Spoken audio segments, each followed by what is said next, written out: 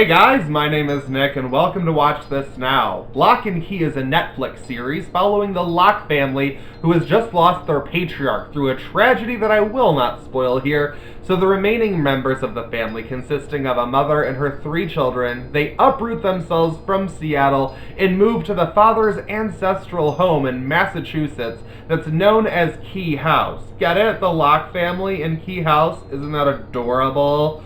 Yeah, and this house looks like the most haunted house of all time, of course, but this family doesn't have ghosts to go up against. Nope, they have to deal with magic, because the kids find an array of keys located throughout the house that all have different magical abilities. Like, one will allow someone to travel through a doorway to wherever they can visualize in their mind. They can essentially teleport.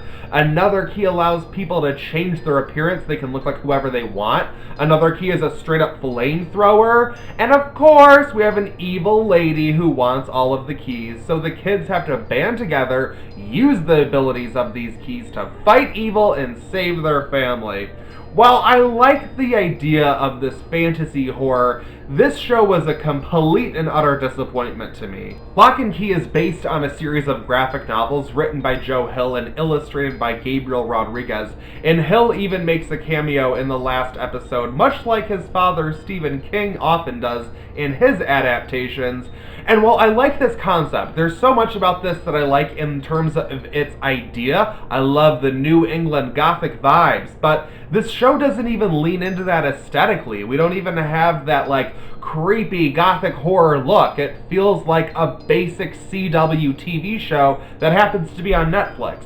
And if you caught my review for Sabrina, then you know this really just isn't my thing. The dialogue and character interactions all feel so basic and manufactured that it all comes off as hollow. Like, I don't get how there are about 50 of these shows airing at the same time, because it's all the same thing. It is the same basic-ass plot progression matched with the same character development that we've seen a million times. I mean, there is a point in this show when the 2 teenagers in the Locke family both find a love interest, and we play out the same exact love interest scenario simultaneously between the 2 characters. Like, really? You couldn't think of anything else? Anything maybe even slightly original to do here? Like, maybe give one of them a friendship storyline and the other the love interest? Nope, okay. It was just aggravating. And I'll admit, I have not read the graphic novels, so I don't know how much of it is just sticking true to the source material, but that being aside, I don't really care, because guess what?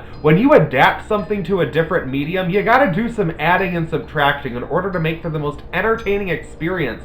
And this show wastes so much of the good material that it has. We waste so much time with these side characters that have nothing to do with the overall story. We waste time on subplots that don't amount to anything. There is a lot of time dedicated to a backstory that is supposed to explain the history of the father and the house and the keys and what it all means, and it's supposed to put it all together for us. However, I don't think any of that strengthened the present day timeline because it all came across as cardboard cookie cutter bullshit. And I have to get back to the identity crisis of this show because I don't know who it was made for. Maybe children? Maybe if I was 10 years old I would be into this, but it just feels so off. Like, it feels like it's made for the CW crowd, but then it is filled with so many old school horror references and homages that it feels like it's actually geared towards a completely different audience.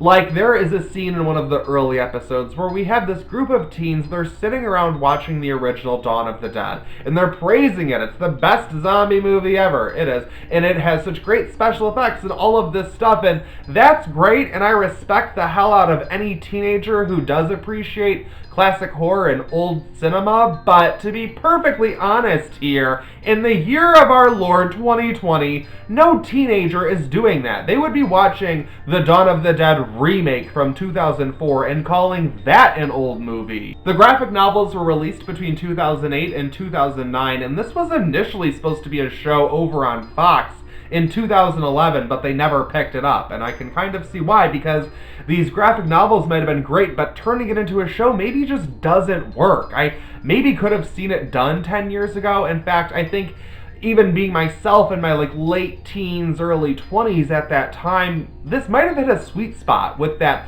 old school meets new school horror vibes and the fantasy and all of that, I think it could have had a strong, maybe small, but enthusiastic base of support. However, at this point, I just think this show is past its time. It really needed to be more Stranger Things and less Sabrina.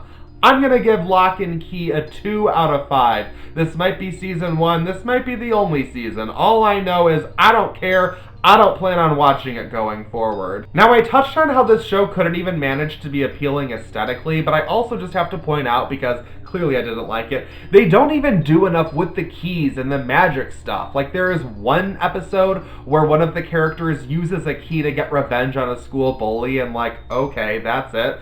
There is a door in the house that allows whoever crosses through it to astral project out and float around like a ghost, but they can't really do anything physically, so nothing happens. I mean, it just doesn't even have that going for it. I thought I could at least get into those elements of the show, but they really didn't do anything. What did you guys think of Locke and Key? Let me know in the comments below. I've been having trouble finding shows this year that I actually really like and have fun. I mean, I know it's only February, but still, Netflix, give me something good already. So if you have any requests or recommendations, let me know in the comments. I'd love to hear them. Thank you so much for watching this video. I greatly appreciate it. Like it, share it with your friends, and subscribe to Watch This Now, and I'll see you in my next video.